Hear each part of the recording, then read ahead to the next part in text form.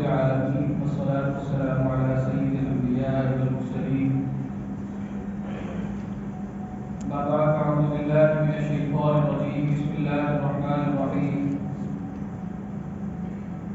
اعلموا أنما الحياة الدنيا لعب ولهو وزينة وتفاخر بينكم وتكاثر في الأموال والأولاد كمثل غيث أعجب الكفار نباته ثم يهيج فتراه مصفرا ثم يكون حطاما وفي الآخرة عذاب شديد ومغفرة من الله ورضوان وما الحياة الدنيا إلا متاع الغرور.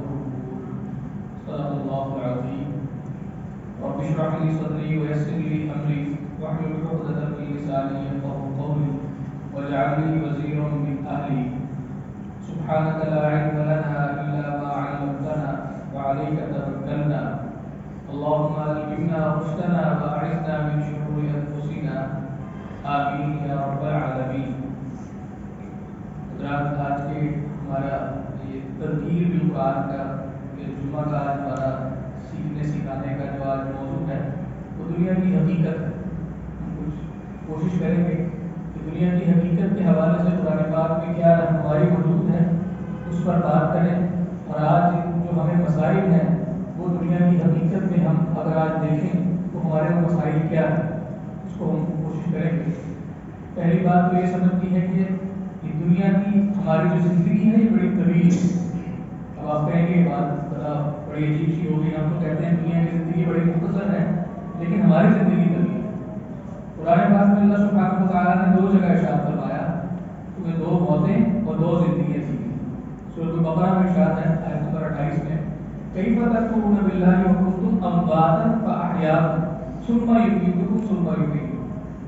تم کیسے اللہ کا انکار کرتے ہو جس نے تمہیں موت دی پھر تمہیں زندہ کیا، پھر وہ تمہیں موت دے گا پھر تمہیں زندہ کرے گا اور اسی کی طرف تم لوٹ کر جاؤ گے. یعنی یہاں پہلی موت کا تذکرہ ہے. یہ کیا ہے؟ ایک اور جگہ اللہ سبحانہ و تعالیٰ نے جہنمیوں کی فریاد کا تذکرہ فرمایا. سورۃ المومن میں فرمایا وہ دعا کریں گے قالوا ربنا، کہیں گے اے ہمارے رب امتنا سنتین واحییتنا سنتین، اے اللہ نے ہمیں دو بار مارا اور دو بار زندہ کیا. کیا یہاں سے نکلنے کی کوئی اور بھی سبیل ہے؟ ابھی دو بار کا مارنا اور دو بار کا زندہ کرنا، یہ دو بار کی موت اور دو بار کی زندگی ہے.